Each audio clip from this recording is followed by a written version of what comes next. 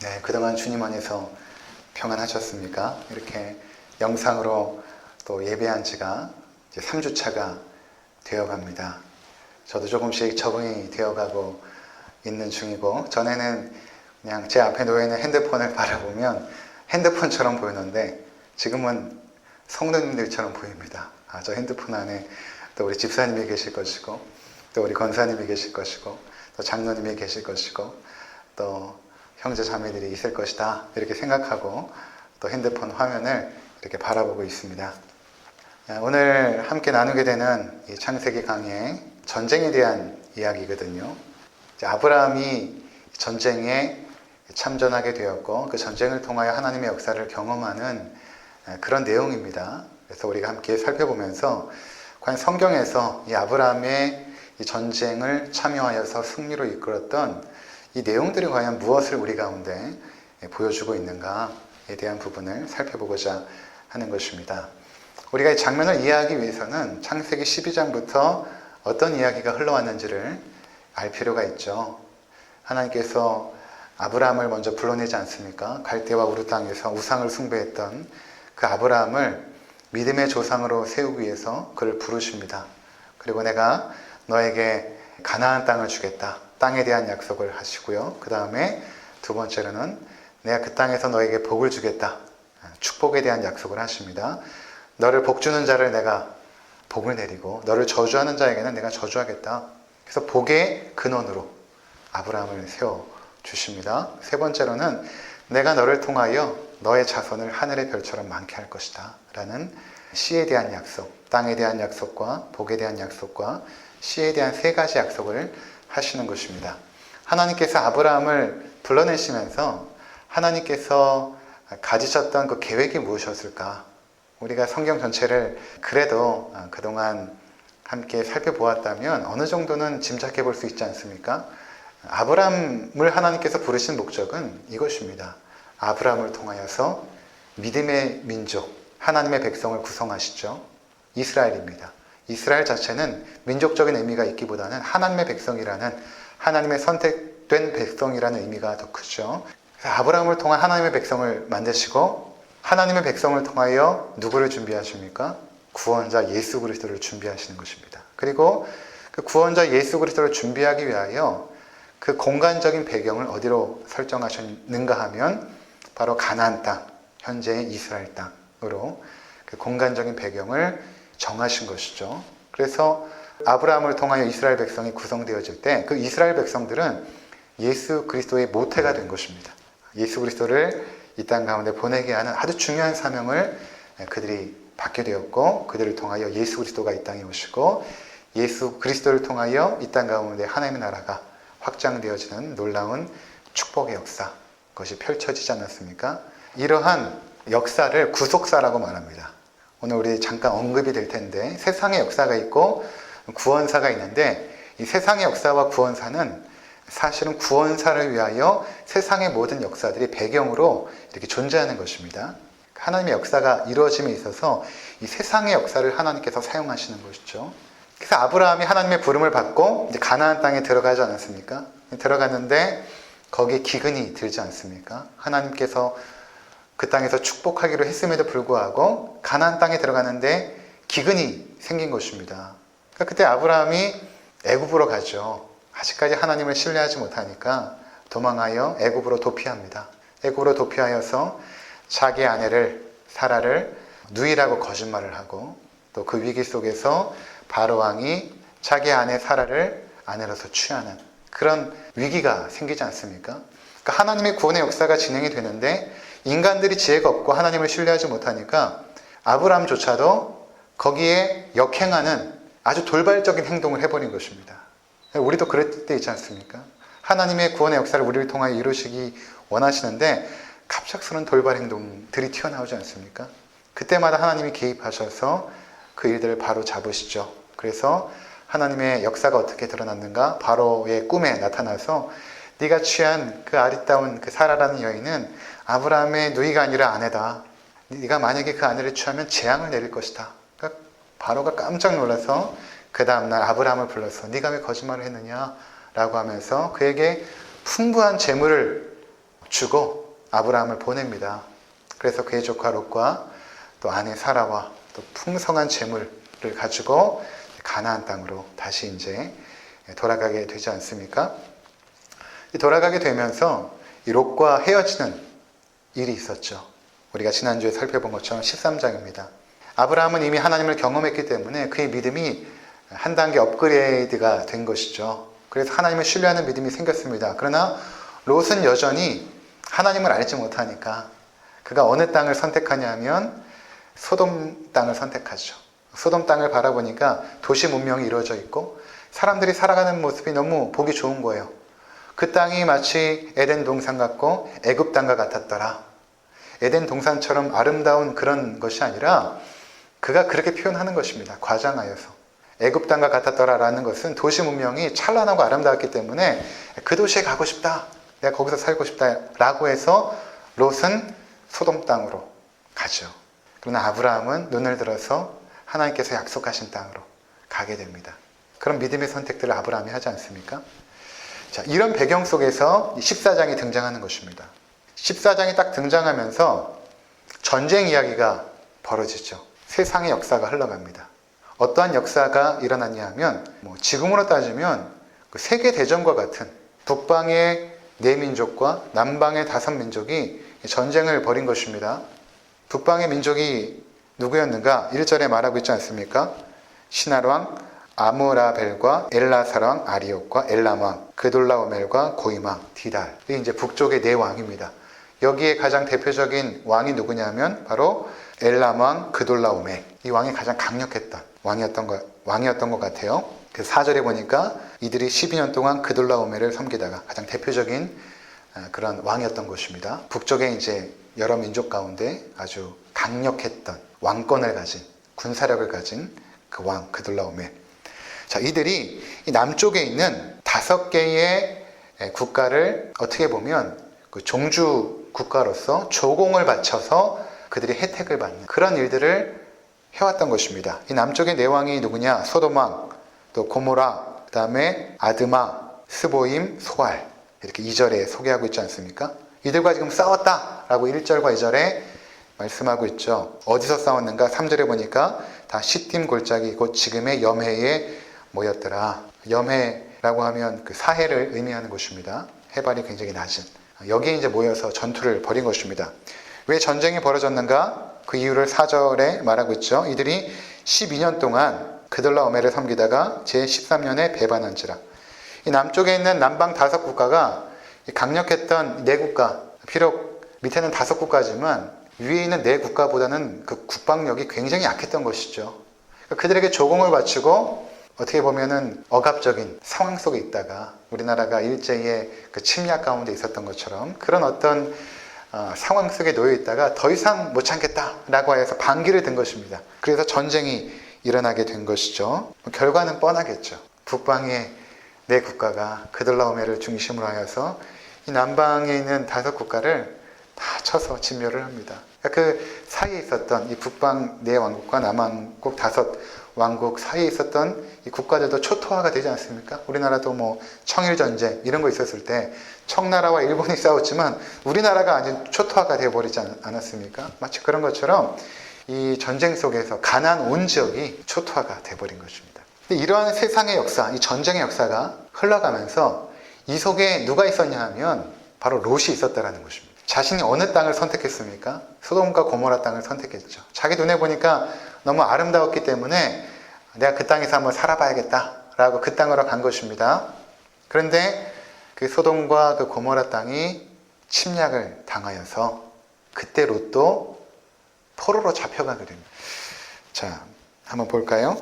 12절에 보니까 소돔에 거주하는 아브라함의 조카 롯도 사로잡고 그 재물까지 노력하여 갔더라.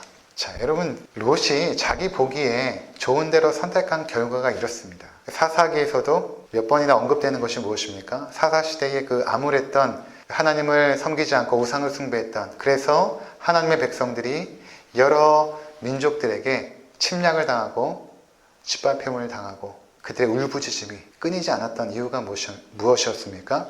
자기 소견대로 옳은 대로 행동하는, 창세기 1장에 또 2장에 하나님 보시기에 좋은 대로 살아가는 것이 아니라 내 인생의 주인이 내가 되어서 내가 살아가고자 하는 방식과 내가 추구하는 삶의 모습들을 내가 주인이 되어 추구할 때에 그 결과가 무엇인가를 이미 14장에서부터 보여주는 것입니다. 14장 넘어가서 나중에 17장 이렇게 넘어가면 소돔과 고모라 땅이 완전히 진멸당하지 않습니까? 근데 이미 롯이 스스로 선택한 그 결과가 무엇이었는가? 바로 전쟁 속에 그도 자신의 삶의 모든 안정되고 풍요로웠던 것들을 다 빼앗겨버리는, 삶의 기반마저 흔들려버리는 이런 상황이 되었다라는 것입니다. 이것이 자기가 선택한 삶의 모습인 것입니다. 여러분, 우리가 하나님을 따를 때에 결정권이 우리에게 있지 않습니다. 어떠한 삶의 선택과 결정권이 우리 자신에게 있는 것이 아니라 하나님께 있습니다. 우리가 하나님을 주님이라고 부르지 않습니까? 하나님이 우리의 주인이십니다.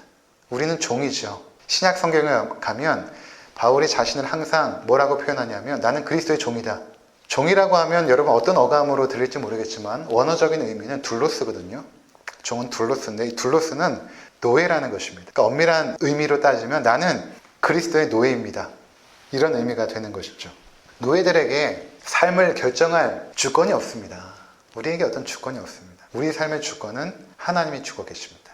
그러니까 아브라함처럼 하나님께서 인도하시는 길로 우리가 묵묵히 순종하며 걸어갈 때에 그 인생을 하나님께서 붙잡아 주시고 책임져 주시는데 롯은 그렇게 하지 않았던 것입니다. 여러분, 지금까지 살아오면서 내가 선택한 것에 대해서 후회한 적이 많이 있으실 것입니다. 그때 내가 왜 이런 선택을 해서 그런 어려움을 당했을까? 근데 그때 내가 선택한 그 결정을 보면 대부분 보면 하나님의 뜻을 선택한 것이 아닙니다. 그 상황 속에서 나에게 무엇이 유익한가? 무엇이 나의 삶을 풍요롭게 할 것인가?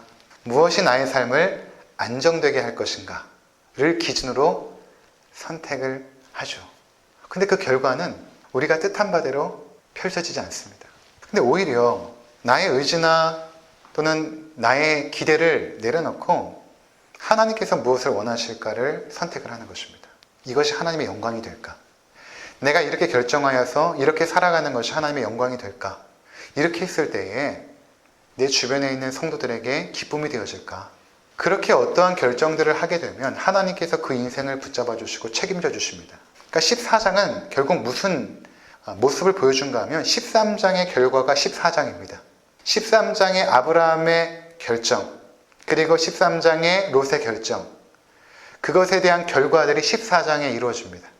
롯은 전쟁의 상황에 휘둘려져 결국에는 자신이 기대했던 삶의 기반을 다 빼앗겨버리고 맙니다. 다 잃어버리죠. 안타깝지 않습니까?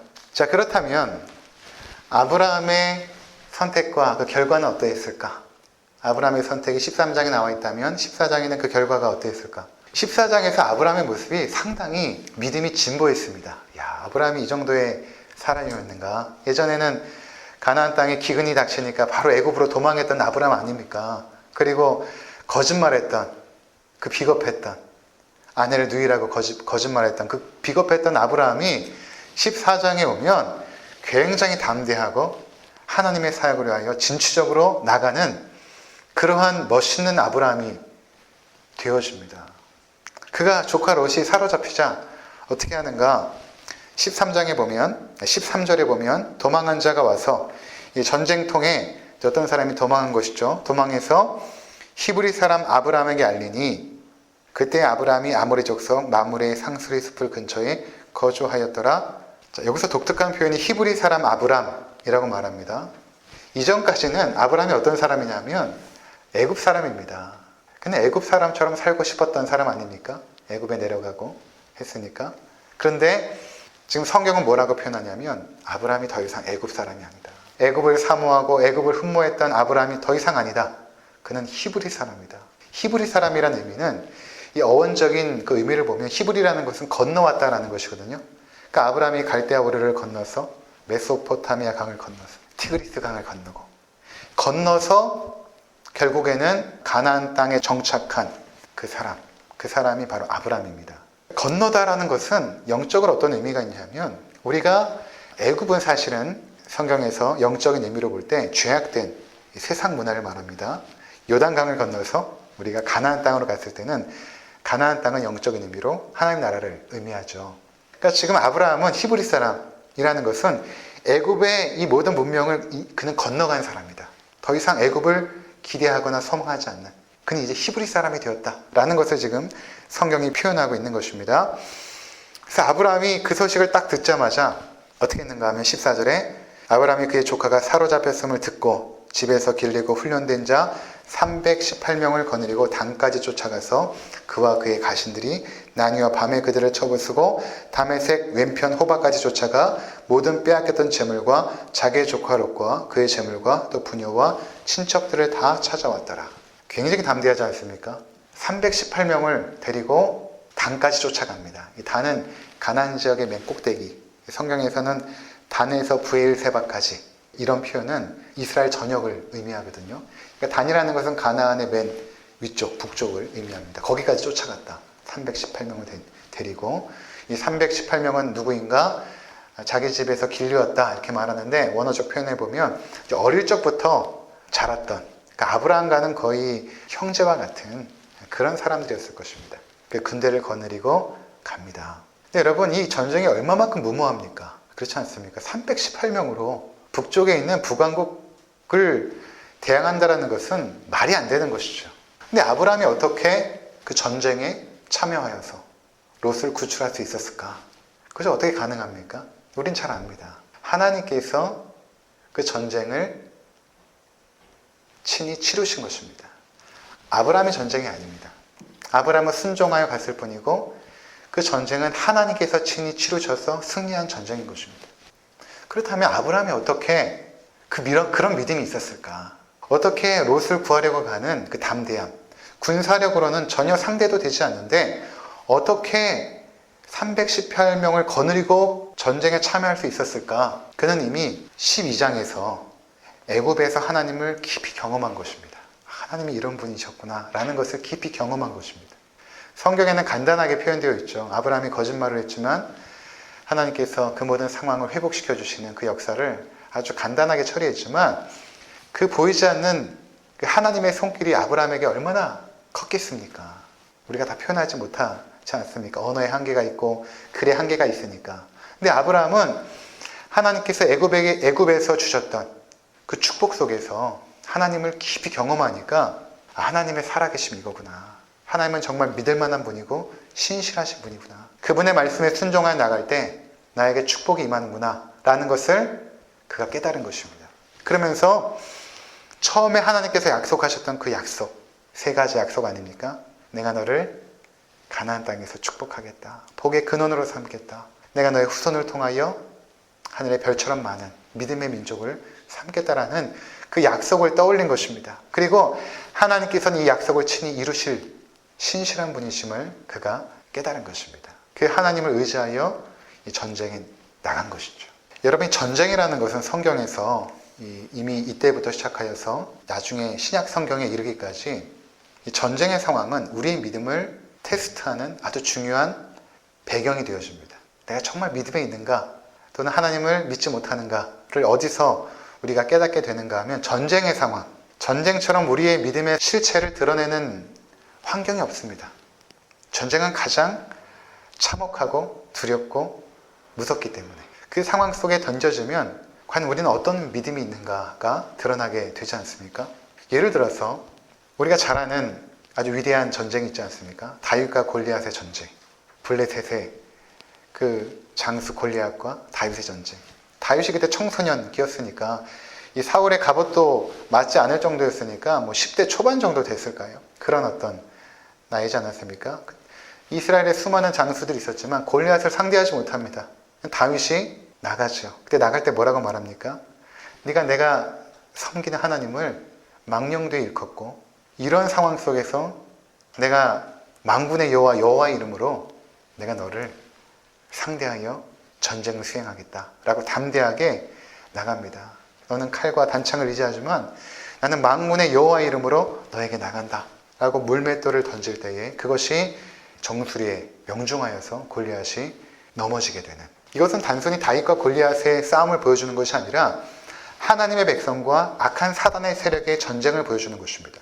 오늘도 마찬가지입니다. 이 북왕국과 이 남왕국의 싸움, 그리고 아브라함과 이 북왕국의 싸움, 이러한 이 두 개의 싸움의 장면은 결국 보여주는 것이 무엇인가 하면 하나님의 백성과 이 악한 세상의 세력들과의 전쟁을 보여주는 것입니다. 그 전쟁은 군사력으로 또는 그 어떤 기술로, 그 어떤 전략으로 이기는 것이 아니라 믿음으로 이기는 것임을 보여주는 것입니다. 결국 전쟁은 믿음으로 이기는 것입니다. 이 세상 살아기가 전쟁이죠. 우리가 이 세상을 살아가는 것이 전쟁입니다. 그렇지 않습니까? 모든 것이 전쟁처럼 치열하지 않습니까? 우리 수험생들은 전쟁이죠. 공부하는 것이 전쟁 아닙니까? 그 좁은 문을 통과하기 위해서. 근데 그런 전쟁도 있지만 신약성경 에베소서 6장에서 말하는 영적인 전투도 있습니다. 악한 사단이 우는 사자처럼 삼킬 자를 찾죠. 그런 영적인 전쟁들 계속해서 우리 가운데 일어나지 않습니까? 특별히 여호수아와 사사기를 보면 이스라엘 백성과 이 가나안 땅, 우상을 숭배했던 가나안의 모든 우상 숭배자들과의 전쟁 상황들이 나오지 않습니까? 근데 그러한 모든 전쟁의 상황을 우리 가운데 계속해서 보여주면서 너희가 이 전쟁을 어떻게 치러야 되는가?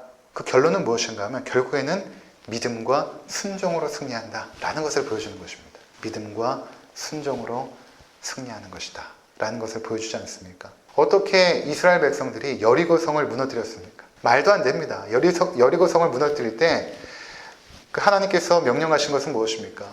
제사장들이 법궤를 들고 진군을 하고 그 뒤에 나팔을 불고 그 뒤에 이스라엘 백성들이 서서 하루에 한 바퀴씩 여리고성을 돌고 마지막에는 6바퀴를 돌고 그리고 또 7바퀴를 돌고 나팔을 불고 소리를 지르고 이런 말도 안 되는 전략이 어디 있습니까? 이것이 과연 전쟁의 전략이 되겠는가를 여러분 생각해 보십시오. 말도 안 됩니다. 근데 그 말도 안 되는 일을 이스라엘 백성들은 순종합니다. 근데 이 순종이 어떻게 가능했는가? 처음에는 그런 순종을 그들이 하지 못합니다. 왜냐하면 출애굽 1세대들은 가데스 바네아에서 12명의 정탐꾼을 가나안 땅에 보냈을 때 그들의 10명의 그 정탐 소식을 듣고 나서 간담이 녹아서 우리가 애굽 땅으로 돌아가자라고 말하지 않습니까? 여호수아와 갈렙만 우리가 그 땅으로 가자라고 말했지 대부분의 10명의 정탐꾼들은 그 땅이 정말 비옥하고 좋지만 적과 꿀이 흐르는 땅이지만 거기 아낙 자손들이 있고 아낙 자손이라는 것은 굉장히 거대한 민족을 말하는데 성벽은 높고 그들의 무기는 우리랑 비교해서는 상대도 안 되는 무기들을 가지고 있고 난공불락의 그 성벽 앞에서 우리는 그들 앞에서 메뚜기 같은 존재입니다. 그들이 다 돌아갑니다. 그러니까 하나님께서 진노하셔서 그들을 광야로 40년 동안 돌리셔서 출애굽 1세대들을 다 광야에서 죽게 하시고 그 출애굽 2세대들이 가나안 땅을 들어갈 때 그때는 그들이 요단을 건너서 여리고성 앞에서 하나님 말씀에 철저하게 순종하는 자들로 변화가 되어지지 않습니까? 하여튼 믿음이라는 것은 성장하게 되어 있습니다. 처음에는 하나님을 신뢰하지 못하다가 하나님에 대한 그 경험과 그 신뢰가 계속해서 인생 가운데 쌓이게 되고 체험하게 되면 하나님을 신뢰하게 되죠. 그러니까 결국에는 여리고성을 무너뜨리는 그 믿음 그리고 그 순종 이것이 이스라엘 백성 가운데 있었던 것입니다. 다윗도 마찬가지입니다. 다윗도 만군의 여호와의 하나님의 그 믿음을 그 하나님을 신뢰하고 믿었던 것이죠. 다윗이 굉장히 골리앗 앞에서 이야기하는 그것을 보면 굉장히 순수합니다. 뭐라고 말하냐면 그 사울왕 앞에서 나를 전쟁에 내보내 주십시오라고 뭐라고 말하냐면 사울왕이요 내가 양을 칠 때 사자들이 오면 내가 돌을 던져서 그들을 이기기도 하고 그랬습니다. 이렇게 아주 눈빛이 초롱초롱한 그 청소년기의 그 다윗이 그렇게 말합니다. 무엇을 말합니까? 그러니까 다윗은 목자가 되어서 양을 치면서 하나님께서 역사하셨던 경험들이 쌓인 것입니다. 그 내공으로 쌓인 것이죠. 여러분 믿음도 내공이 필요합니다. 갑자기 믿음이 발휘가 되지 않습니다. 믿음이 차곡차곡 쌓이면서 어떤 위기의 순간에서 우리의 믿음이 찬란하게 빛나게 되거든요. 어느 순간 갑자기 믿음의 행동을 하는 사람이 어디 있습니까? 매 순간순간마다 날마다 그 믿음의 경험들이 차곡차곡 쌓여서 인생의 위기 앞에서 우리의 믿음이 찬란하게 발휘가 되는 건 아니겠습니까? 바로 다윗이 그랬던 것입니다. 지금 아브라함도 마찬가지입니다. 창세기 12장에서 14장까지 오는 동안 하나님에 대한 그 경험들 그것이 쌓인 것이죠.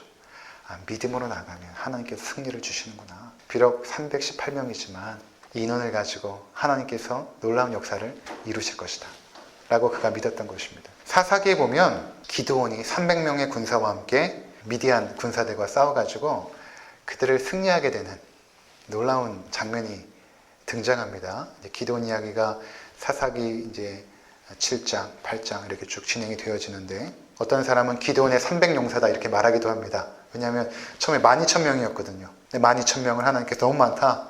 다 돌려보내라. 돌려보내는데 이제 그래도 많은 것입니다. 그러니까 하나님께서 이것도 많으니까 너희가 물가로 내려가서 군사들이 물을 먹는 것을 보고 어떤 사람은 개처럼 막 핥아서 먹을 것이고 어떤 사람은 손으로 집어서 이렇게 먹을 텐데 개처럼 핥아서 먹는 사람은 다 돌려보내고 이렇게 손으로 물을 떠서 먹는 사람만 군사로 우리가 출전시키자라고 합니다. 그래서 300명이 남게 되죠. 어떤 사람은 이 300명이 정병이다. 특전사와 같은 정예 부대다. 기도원과 300용사 이렇게 말하기도 하는데 사실은 그렇지는 않습니다. 300용사는 아닙니다. 그럼 물을 이렇게 먹었다고 용사가 됩니까? 어떤 사람들은 막 개처럼 핥아 먹으니까 그 사람들은 조심성이 없으니까 용사의 기질이 없고 조심스럽게 먹으니까 용사다 이렇게 말하는데 전혀 그렇지 않습니다. 하나님은 그냥 인원을 줄이신 것입니다. 왜 인원을 줄였는가? 그것은 이 기도원과 300명의 이 소수의 무리를 통하여 아주 거대한 미디안의 군사를 이기게 하심으로 이 전쟁의 승리는 결국 하나님께서 이루신 것이라는 것을 하나님의 백성들에게 교훈할 필요가 있었던 것입니다. 교훈하시기 위해서 그렇게 하신 것입니다. 300명이라는 숫자는 연약함의 상징적인 숫자입니다. 자기의 능력이나 자기의 군사력을 자랑할 수 없는 상징적인 연약함의 숫자. 그것이 300명이라는 것입니다. 그러니까 지금 아브라함과 318명도 마찬가지입니다. 이들은 용사가 아닙니다. 아브라함이 자신의 전략이나 군사력을 자랑할 수 없는 연약함의 상징적인 숫자. 그들을 통해 하나님께서는 승리를 허락해 주시는 것입니다. 사랑하는 성도 여러분, 우리가 오늘 이런 전쟁의 이야기들, 두 개의 전쟁이 있지 않습니까? 첫 번째 전쟁은 북왕국과 남왕국의 연합군의 전쟁, 그리고 아브라함과 북왕국의 전쟁. 우리도 마찬가지로 지금 영적인 전쟁을 싸우고 있는 것입니다. 이 세상을 살아가면서 수많은 전쟁들이 있지 않습니까? 영적인 전쟁 있습니다. 예를 들어 육아전쟁. 왜 육아전쟁이라고 할까요? 그만큼 치열하기 때문에 그런 건 아니겠습니까? 입시전쟁. 모든 것들이 전쟁으로 표현되어지는 아주 치열한 인생살이를 우리가 살아가고 있지 않습니까? 뿐만 아니라 우리를 넘어뜨리려고 하는 수많은 악한 사단의 그 역사들이 날마다 우리 가운데 우리를 넘어뜨리기 위해서 계속되고 있습니다. 근데 그러한 전쟁 속에서 하나님께서 우리의 믿음을 들춰내십니다. 네가 과연 믿음이 있는가? 너는 너의 방법으로 싸우는가? 아니면 하나님을 믿고 신뢰하고 순종함으로 이 싸움을 싸우고 있는가? 라는 것입니다. 여러분 어떻습니까? 믿음으로 싸움을 싸우십니까? 순종함으로 나아가고 계십니까? 아니면 롯처럼 여전히 내 길을 내가 스스로 개척하여서 내가 원하는 삶의 모습과 방향으로 여전히 살아가고 있지 않습니까? 이제 다음 주에 살펴보게 되겠지만 이 전쟁을 통하여 하나님께서 아브라함을 축복합니다. 아브라함이 전쟁을 끝나고 돌아갈 때에 소돔 왕이 나와서 그를 축복하고 멜기세덱이라는 또 왕이 와서 그를 축복합니다. 여기서도 두 가지의 상반된 모습을 보여주게 되는데 멜기세덱은 정말 하나님의 사람처럼 그를 축복하고 소돔 왕은 세상 사람들처럼 그를 축복하는데 그런 어떤 두 가지의 비교들이 14장 전체를 아우르면서 과연 우리는 어떠한 모습으로 서 있는가를 보여줍니다. 근데 그 장면에서 아주 중요한 그 내용을 살레망 멜기세덱이 선포를 하는데 축복하면서 그것이 14장 전체의 주제가 됩니다. 무엇인가 하면 18절과 19절을 보면 살레망 멜기세덱이 떡과 포도주를 가지고 나왔으니 그는 지극히 높으신 하나님의 제사장이었더라. 그가 아브라함에게 축복하여 이르되 천지의 주제이시오 지극히 높으신 하나님이여 아브라함에게 복을 주시옵소서. 이 살레망 멜기세덱은 시편에도 등장하고 히브리서에도 등장하는 아주 신비한 왕입니다. 왕이고 제사장 아닙니까? 예수 그리스도의 예표로 등장한 그런 왕입니다. 살렘이라는 단어가 평강. 그리고 이 살렘이라는 지역은 시온인데 그 시온은 예루살렘입니다. 결국엔 살렘 왕이라는 것은 예루살렘의 왕이죠. 그러니까 그리스도로 예표되는 그 왕이 나와서 아브라함을 어떻게 축복합니까? 그러니까 예수 그리스도가 축복하는 거라고 보시면 됩니다. 예수 그리스도의 예표로 지금 등장하니까 뭐라고 축복하냐면 천지의 주제이시오 지극히 높으신 하나님이여 아브라함에게 복을 주옵소서. 천지의 주제. 이게 원어로 보면 엘 엘리온 이렇게 말합니다. 엘 엘리온. 발음이 참 멋있지 않습니까? 엘엘리온, 천지의 주제이시오. 모든 만물을 창조하시고 다스리시는 그 하나님, 여러분 생각해 보세요. 천지 만물을 창조하신 하나님, 그리고 그 만물을 지금도 다스리시는 그 하나님, 그 지극히 높으신 그 하나님이여 아브라함을 축복하소서. 여러분, 사람에게 복을 받는 것도 큰 축복인데 그 정도가 아니라 천지 만물의 주권자가 되신 하나님이여 아브라함을 축복하소서. 그를 축복합니다. 무슨 말입니까? 하나님의 뜻에 따라서 삶의 길을 걸어가고 믿음의 전투를 치르는 자들을 지금도 누가 축복합니까? 예수 그리스도께서 오셔서 축복합니다. 어떠한 축복으로? 하늘의 축복으로. 천지 만물을 창조하시고 주관하시는 그 하나님께서 저들을 축복하도록 그리스도는 계속해서 우리 가운데 간구하시고 기도하시는 것입니다. 얼마나 감사합니다. 롯은 다 잃어버립니다. 아브라함은 놀라운 축복의 연속이죠. 계속해서 복을 받습니다. 사랑하는 성도 여러분, 하나님은 우리가 복받기를 원합니다. 아브라함에게 주셨던 그 축복을 우리에게도 허락해 주시기를 원합니다.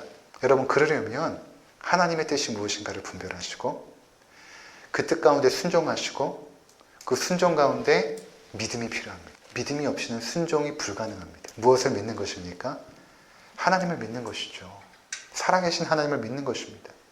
내 유익이나 욕망을 따라서 살아가는 발걸음이 아니라 하나님을 믿는 믿음 가운데 걸어가는 것입니다. 그럴 때에 때때로 우리 주변에 롯처럼 어려움을 당한 성도들이 있을 것입니다. 그때 우리는 믿음으로 그들을 도와야 되는 거죠.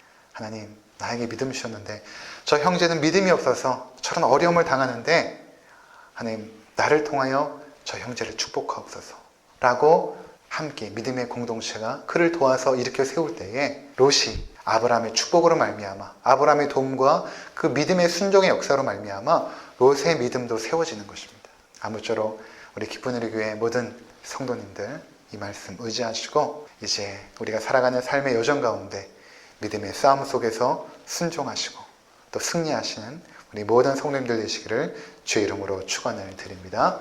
기도하겠습니다.